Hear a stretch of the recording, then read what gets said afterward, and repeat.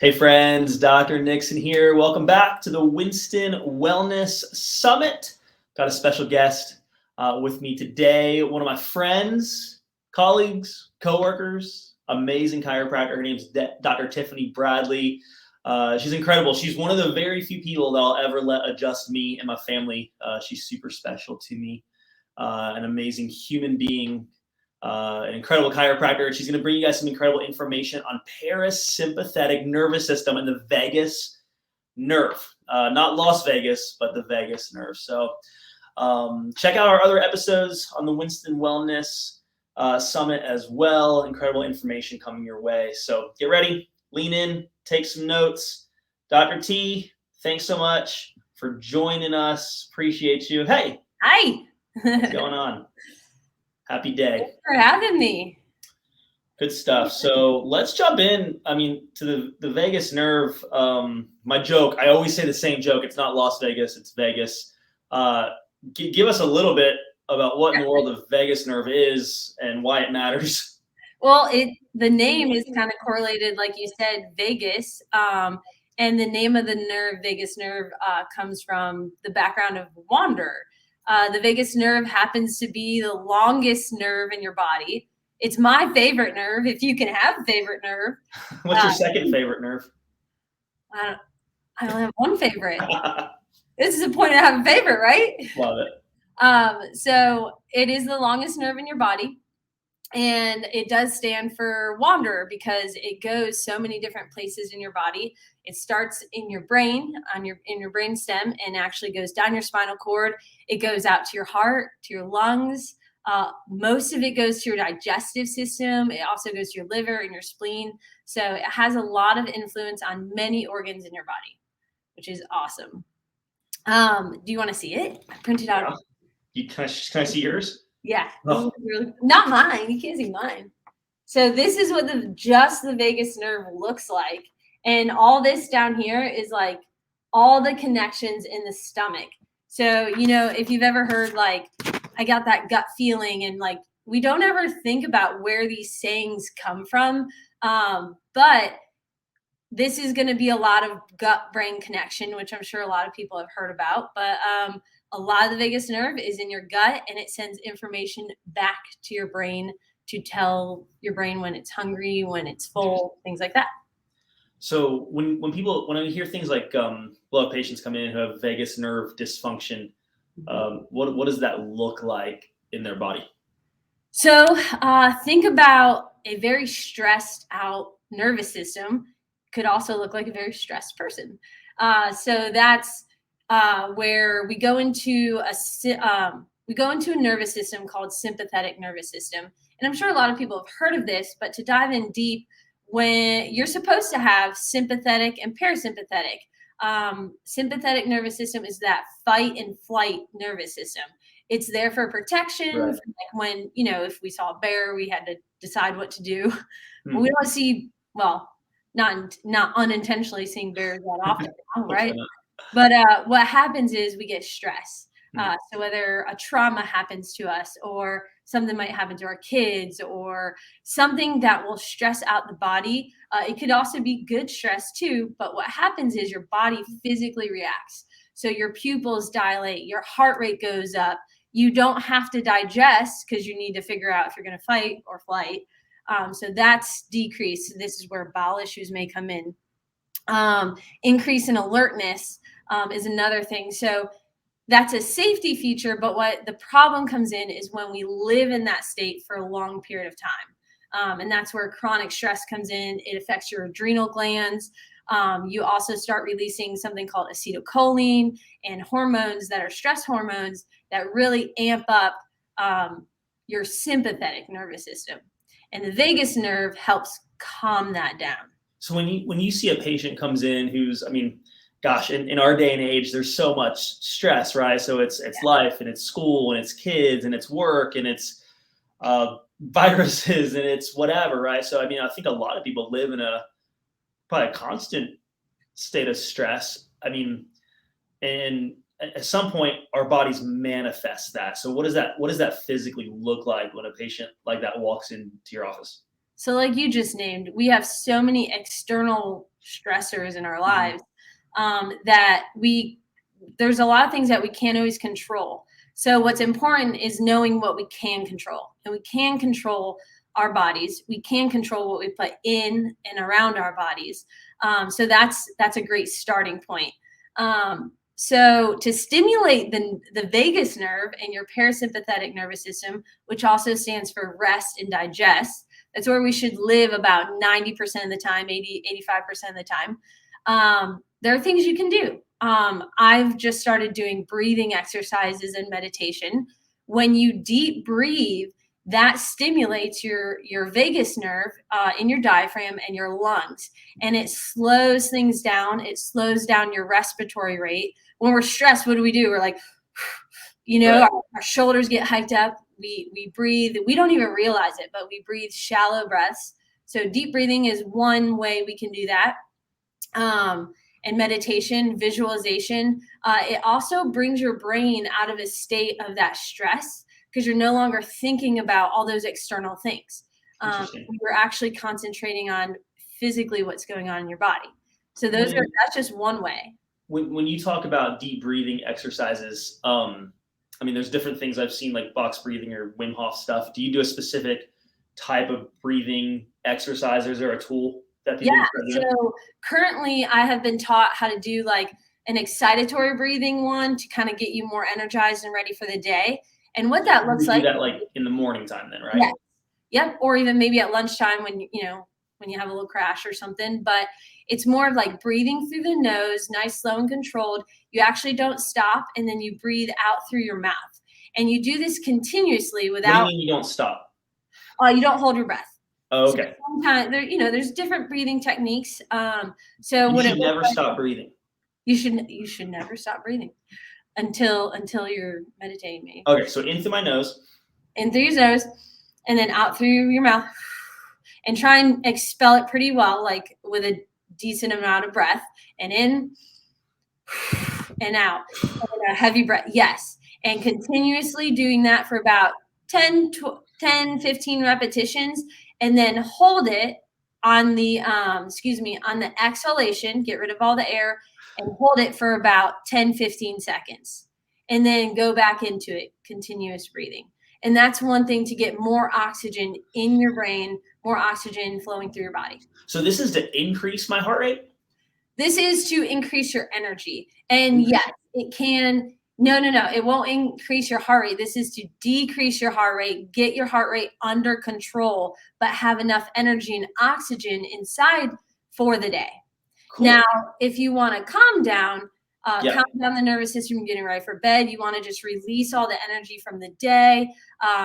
That's more of breathing in through your nose and also out through your nose. And that's going to be a slower breath. So you're going to slowly breathe in, maybe a 5-6 count, slowly breathe out continuously. It's really easy, but you're intentional. You're really being intentional about your breaths. And that will get you ready for bed, calming down from the day, not taking on all that stress. That's cool. Do you add in, when you're doing those breathings, do you do any like mantras or sayings or affirmations? Is there anything you add in with it that's helpful? Yeah, there is. So if you're someone who works with people, if you're a pastor, if you're pouring out, a healer, even just, spending the day with kids, we take care of a lot of teachers. Something that I do, I'm beginning to do at the end of the day is I actually say, because at the end of the day, we've done, we adjust a lot of people at the office, and you've had exchange, there's touch, there's just a lot of exchange when you care for people. So at the end of the day, I actually say, I bring back the energy that belongs to me. And I put my hands open, and I say that to receive the energy that is mine, to receive it back. Just because adjusting people, that's their energy. But I breathe mine back in. That's great. And that's calming.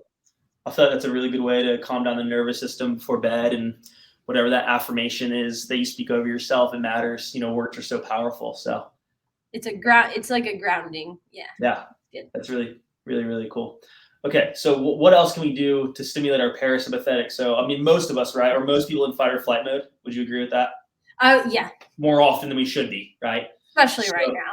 we're trying to create parasympathetic, so deep breathing. What else is helpful? So I like that you said Wim Hof, because cold water submersion with deep breathing is another way to stimulate your vagus nerve. And I know you're looking into that.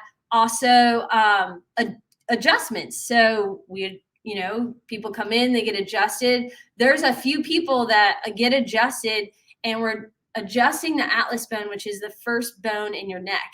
And that is the closest to your brainstem where the vagus nerve begins. Now, if there's obstruction in that bone, that can hinder and inhibit your vagus nerve. So we start there. There's a few people in the office where I adjust that bone, and I actually have them hum. The vagus nerve stimulate. Have them what? I have them hum. Hum. Yeah. So humming, singing, humming and singing are ways to stimulate your vagus nerve because it supplies the back of your throat. Gargling, when you gargle and you have a sore throat, that's also something that stimulates your vagus nerve. So if someone needs to go to the bathroom in the middle of the day and just hum a song to themselves to calm down, but doing it slow and controlled is a great way. What else? Oh, laughing. Laughing with friends, having a good belly laugh also brings you down out of that fight or flight mode. So I don't have one, but I love telling jokes because it's fun. It's fun to laugh. So laughing is good for your nervous system. Yeah, laughing is good for your nervous system. Love it. What are some of the things we should be avoiding besides stress, right? Yes, I don't want to be as stressed as I am or have as many stressful things, but I think you said earlier we can't control everything. What are some of the common stressors that you see in people's lives that you think we should really focus on avoiding? Yeah, there's a few things. Actually just read this morning, listening is a great way to stimulate your vagus nerve. And even though we talk about stimulating the back of the throat through singing and humming, listening takes you out of your own brain, and you're concentrating on what another person's saying, or you're concentrating on maybe music or podcast, and that's making you focus on the present. So that's similar to almost meditation. So focusing on the present is something that you can control, you can do, and you can breathe while you're doing it. And it's intentional. Other things that you can do or avoid would be, if we're being physical, we'll talk about food, processed food. Think about the stomach, right? The vagus nerve, 20% of the vagus nerve that goes to your gut is actually motor, which means controls your gut. 80 to 90% of the vagus nerve that's in your gut is sending signals back to your brain. So that means if you eat processed foods, you're sending bad signals back to your brain. And sometimes we overeat because we're sending the signal that we're not full yet because we're eating empty calories. So that can also stress out your body physically and not help you in times of stress. How we stress eat? Yes. That's one of those things. When you real talk, when you stress eat, what do you like? Same thing, just like everyone else. I go for the carbs. I want chips. I want, it's our brain telling us if we eat, we're going to suppress the emotion we're avoiding, right? So stress eating is a way for your body. It's trying to suppress an emotion because you actually get a lot of emotion from our gut feeling, right? So in times of stress or trauma or whatever it might be, it is important to cultivate a space maybe by yourself, intentionally alone, and journal, or if you want to meditate or think or breathe. Those are ways to run that emotion through your body rather than stress eating or trying to suppress it. And that's your body's way of healing. It's so cool and so fascinating. The gut-brain connection is amazing. It really is just, what we put into our gut affects our brain. There's good research coming out on Alzheimer's, dementia, but even just brain fog, right? Overcoming things like chronic fatigue syndrome. People who live in fight or flight mode all the time. That we see things like fibromyalgia, chronic pain, chronic fatigue, adrenal fatigue. And when they start applying some of these principles, it's really cool to see them turn around and get better. It's really, really awesome. So, I mean, here's one last question. Yeah. Before I give you a little rapid fire. There's a way to track nervous system function. So like heart rate variability. I know you wear the Aura ring.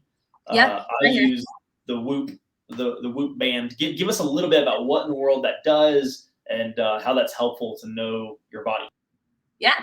So, like you said, the Whoop watch, this is called an Aura ring.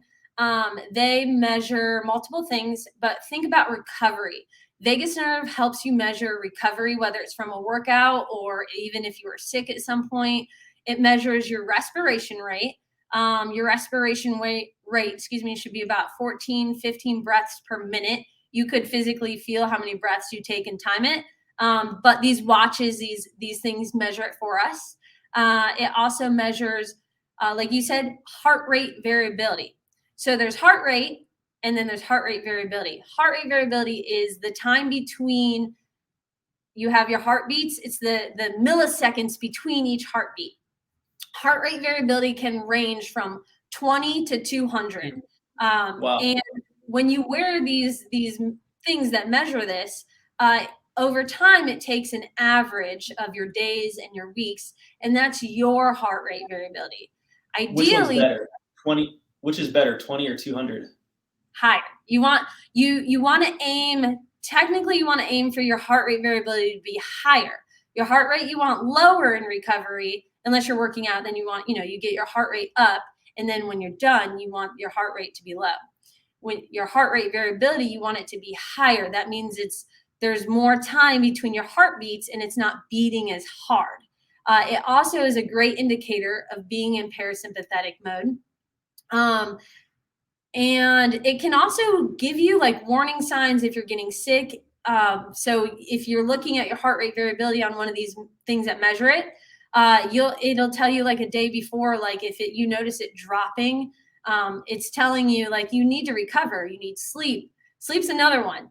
Sleep, if you don't get enough sleep, your heart rate variability will go low. How much sleep should we be getting? That's a great should. We should be getting about 6 to 8 hours would be the most ideal. And in all vulnerability, I get about 6.5 hours of sleep a night on an average night.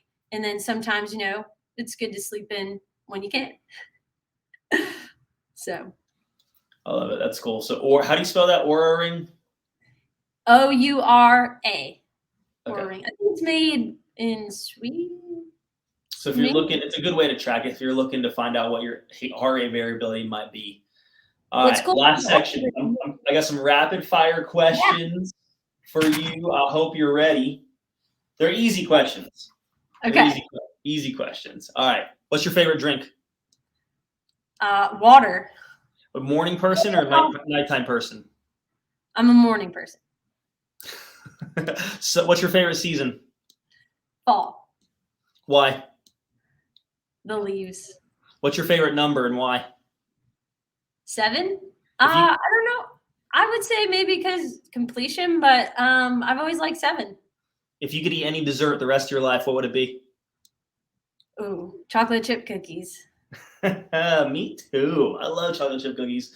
All right, a couple health questions. How do you start your day in a healthy way?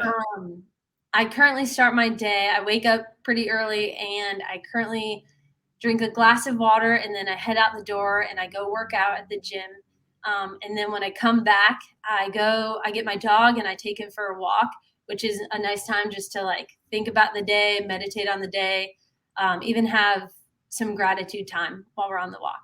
And then sometimes I have a glass of coffee. That's my favorite drink, I think, is coffee. Yeah. It shouldn't be, but I like coffee. Last health question. I appreciate your time so much. It's been super helpful. I love learning about the parasympathetic nervous system. I love, just seeing the different ways you've adopted it in your own life and health and the difference it's made in so many of your patients' lives. So it's good stuff. And I commend you for that, for doing the digging, the research, the learning to continuously just better yourself and better others.